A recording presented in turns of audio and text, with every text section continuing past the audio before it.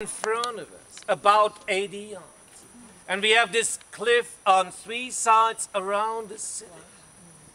No enemy tried to get up there. Only by one side there was a chance for an attack. And that's where the high wall is, with the rain. Guess you saw it, because you came in there. Do you remember? Yeah. There all the people were standing on a high position, shooting down on all this enemy camp. Our main enemy were the neighbor cities, the Bishop of Würzburg and the Count of Nuremberg, to mention just the worst two, because they tried it so often, but they never made it. Not the two I mentioned, and not all the other enemy we had. Rothenburg wasn't taken until the 30 Years' War, which lasts from 1618 to 1648. And there's one detail you should know. We got the city rights 1172. And this city was conquered first time in 1631. Not bad.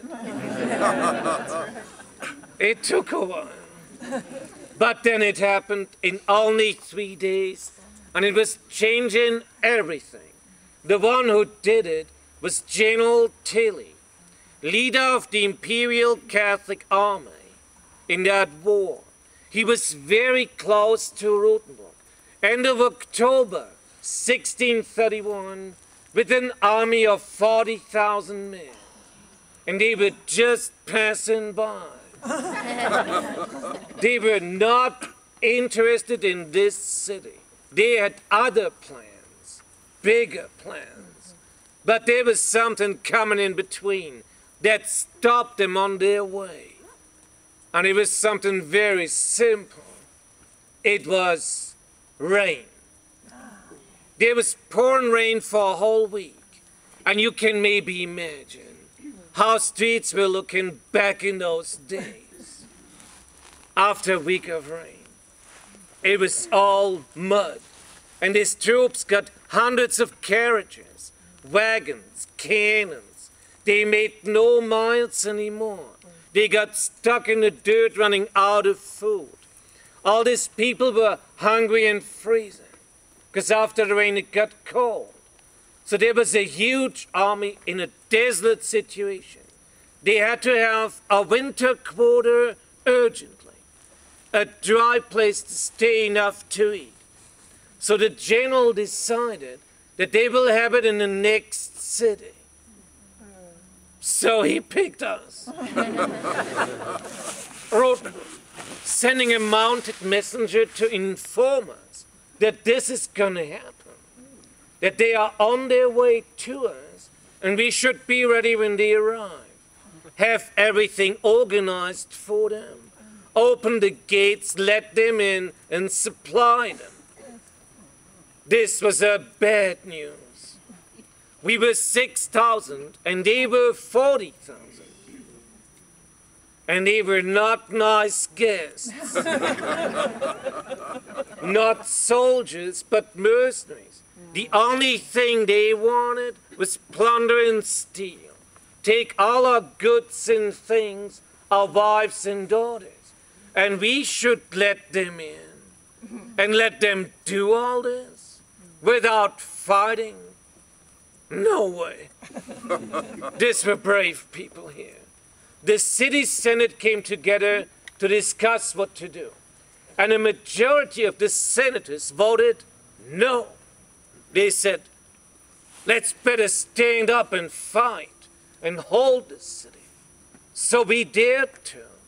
And I have to tell you, that didn't work. It was a very short battle, because as weak as the enemy were, they got a lot of big cannons. Once they realized that we won't let them in, they were shooting from a distance against our walls. And we were shooting back on them once they were close enough. But on the 3rd day of the attack, we ran out of gunpowder. There were just a few barrels of gunpowder left. and it was all stored in the powder tower, which was a tower on the wall, a part of the fortifications, and a pitch dark room inside, like towers usually are. And then something very stupid happens. It's hard to talk about. One of our own people made this huge mistake. It was the guy who was in charge of the powder, making sure that no unauthorized person gets access to it. But for some reason, he himself went into the tower, but with a torchlight. Maybe because it was so dark in there. Or maybe he forgot what kind of tower it was. You know, later on we couldn't ask him what the hell he had done.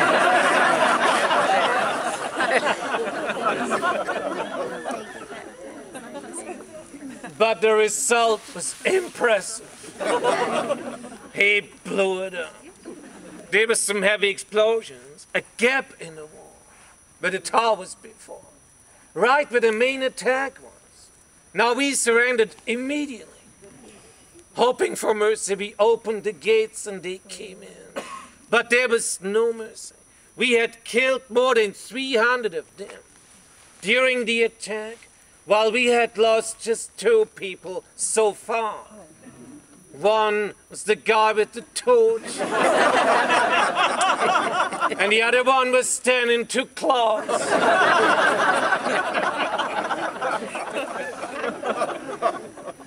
And then these troops were here for 3 months, not only in the city, also out in the villages, killing hundreds of our people, bringing diseases in. Rothenburg was plundered, empty, nothing left of value. We paid a very high price for defending our city, but they didn't burn it last. After 3 months they went, and Rothenburg still stood. And people here tried to recover from this, but they couldn't because the war continued another 17 years.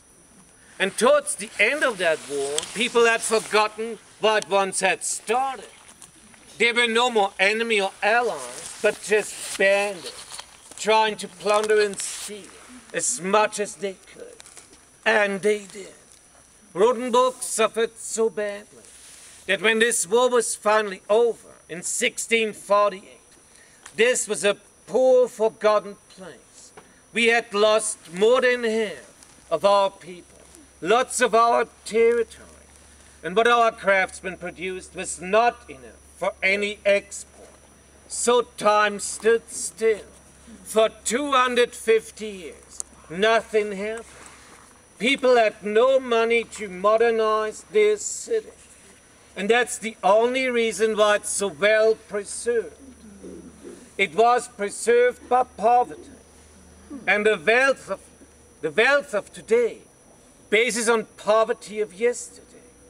We just had to wait long enough until tourism started. It took forever. But then finally it happened. Around 1900, the first visitors were showing up. Amongst them were some famous painters and poets. And they were fascinated about this place. And they published very positive things in newspapers and magazines. And then people heard and read about this forgotten town, and they started to come. And there were more and more visitors. Nowadays, well, I better say since a while, Rothenburg is world famous and rich again, like it was long ago. Sure, in between there was a long break when nothing happened at all. But here we are again, back on the map, with your support. Thanks for coming.